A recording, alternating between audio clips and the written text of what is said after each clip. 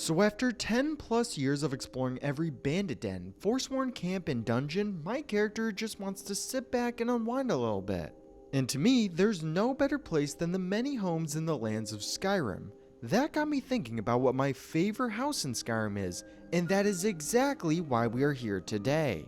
And what is up guys, Andrew from the Denmen here, and today I want to take a look at 7 of my favorite homes in the Elder Scrolls V Skyrim. I've decided to stick to 7 because I've done so many rankings of all the houses in the past, so don't forget to check those out after the video. Links will be in the description box below.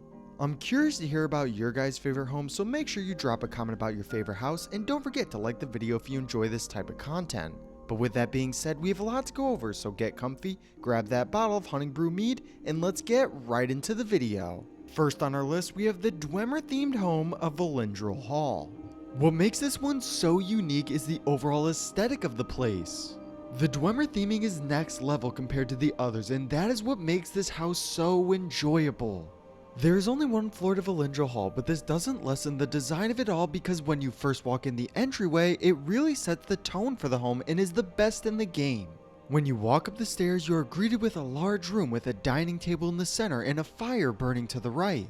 The lighting in the room is perfect because you feel like you are underground and there's just the right amount of candles and fires.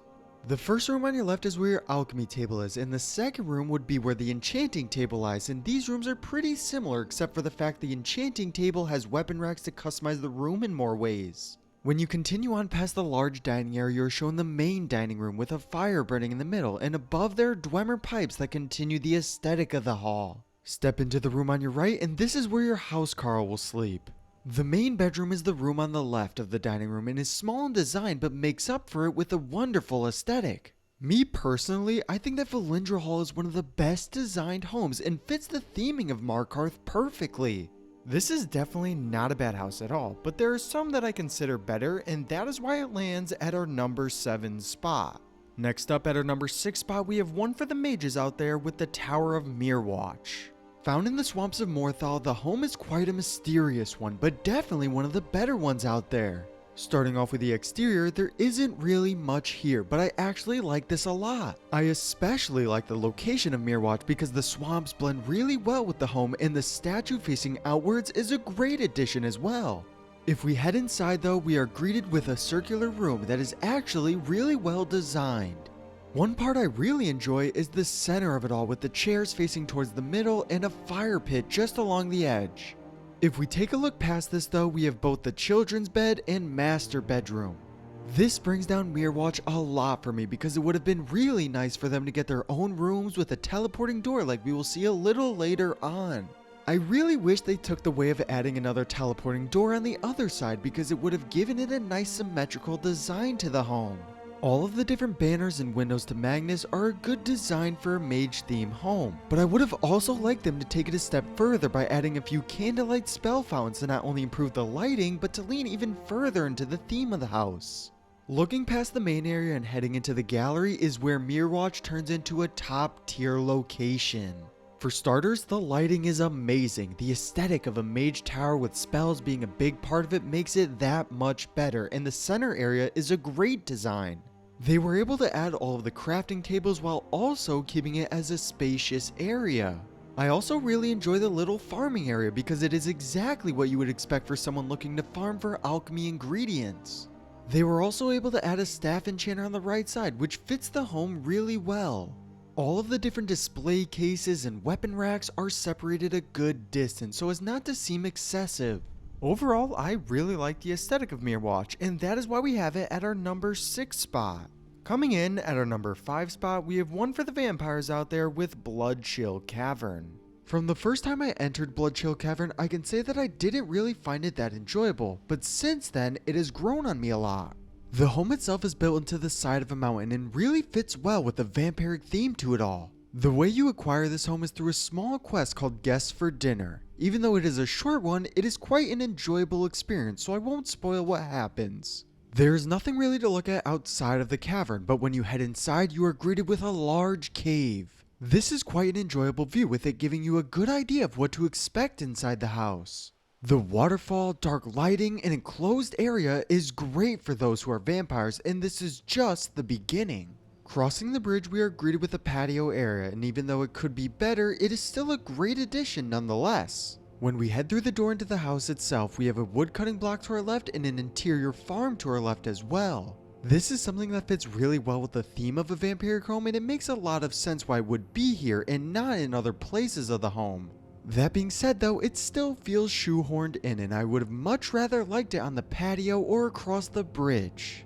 It would have left this area for a grand entryway instead of a small farm and wood block. When we head down the stairs though is where the home really shines, with a large hall that connects the rest of the house to the entrance.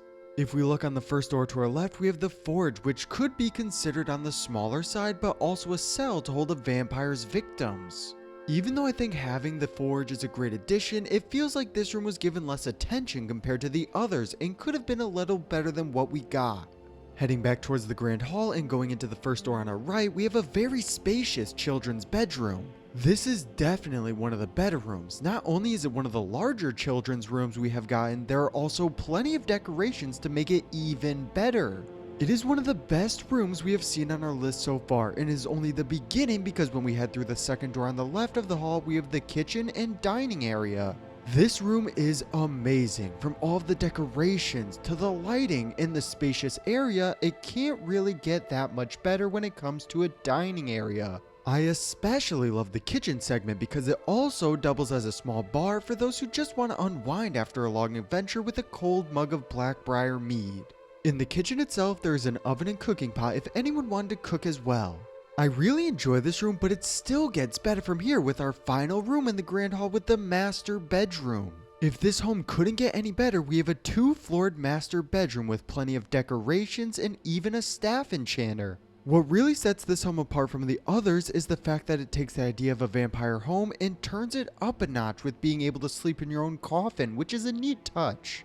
On the bottom floor of the room, we also see a small treasury, which even though there isn't much to it, doesn't take away from the home at all. On the second floor though, we have a great addition of a fireplace with chairs to sit in front of. We also have plenty of mannequins and display cases to make it that much better. To top it all off, we head back to the grand hall, and up the stairs we have a large armory with plenty of places to put unique weapons and armor from your travels. Following the trends of the other Creation Club homes, we have a number of places to put special equipment like the Dragon Priest mask, and even places for Dawnguard weapons and items.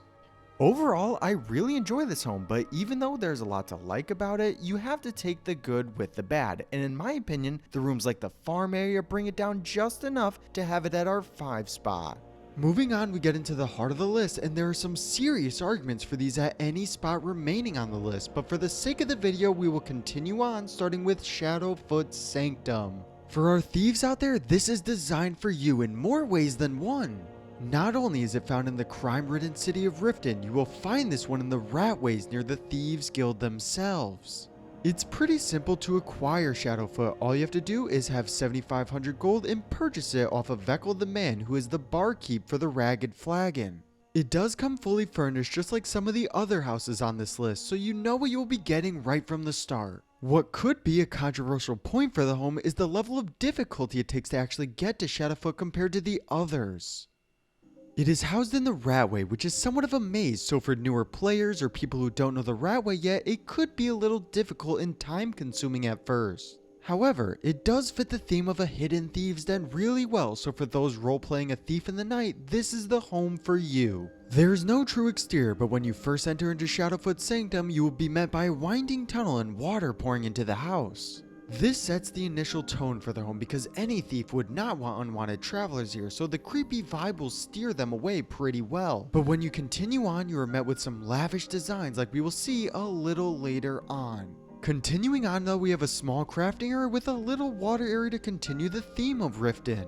Again, we are still in the parts of the house that are supposed to be less stylish, but in my opinion, this was a wasted opportunity. We definitely could have seen a lot better for a crafting area or even a few decorations that keep up with the thief design. From here on though, Shadowfoot becomes one of the best homes in the game with some amazing styles. Our first room leads into the rest with the dining room. I really enjoy this area because of how unique it is. It is not a big room per se, it feels like the perfect size so that it is not too cramped, but also not big enough where it seems like too much. The lighting throughout the home though, not just the dining room, is some of the best on the list. If we take a look at Bloodchill Cavern at times, it can seem too dark, but with Shadowfoot, you don't have this problem. There are also 2 different sitting areas in the dining room and each has their own purpose.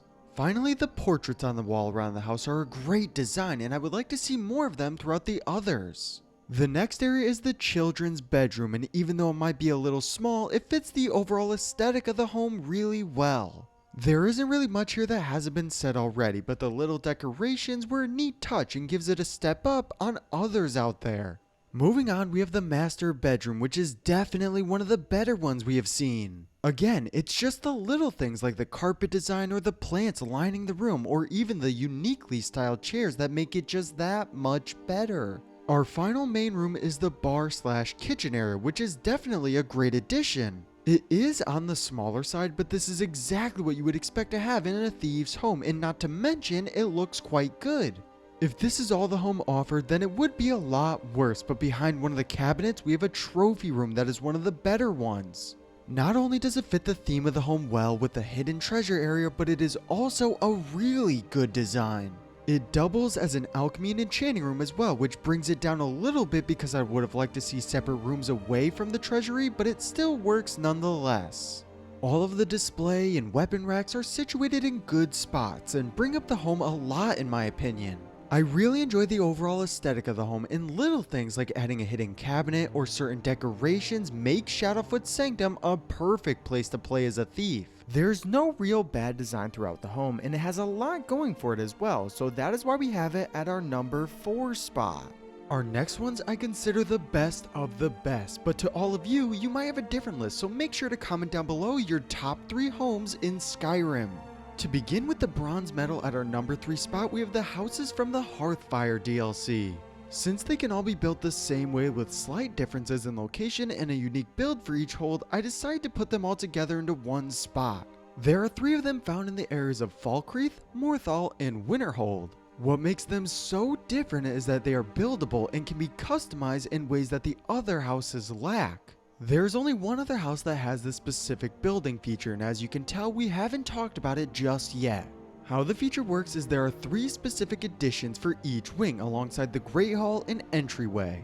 In the west wing, you will find the Enchanter's Tower, Greenhouse, and the bedrooms. The east wing consists of the library, armory, and kitchen. Finally, the north wing has the trophy room, storage area, and alchemy tower. Alongside the additions to the actual house, there are exterior designs like the garden, stable, animal pen, smelter, workbench, and grindstone. There's even more though, because you can hire a steward to look over the house and hire helpers. As you can see, there's a lot to the Hearthfire homes, and that is what people love about it. The amount of customization and features is what makes this house so good, and is no doubt at our number 3 spot. Head on over to the city of Windhelm, and there we will find our number 2 spot. Hyarim has everything you can think of, including a great price for it all. Definitely a big negative for the house that a lot of you have pointed out in our previous ranking were its previous residents. To actually acquire the home, you have to complete the murder mystery quest Blood on Ice. During the quest, you will find out that Hyarim was previously used by the Butcher, and that is why a lot of people dislike it. Other than that though, there's really no negatives, with a lot of room, good lighting, and a hallway that is perfect for displaying your weapons and armor. There are 2 floors to the house, with the first one having a unique feature to it.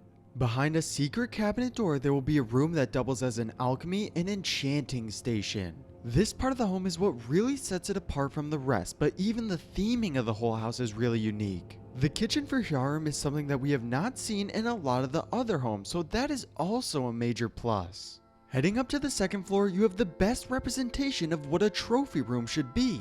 The mannequins are spread apart perfectly with weapon racks and cases to fill in the spaces.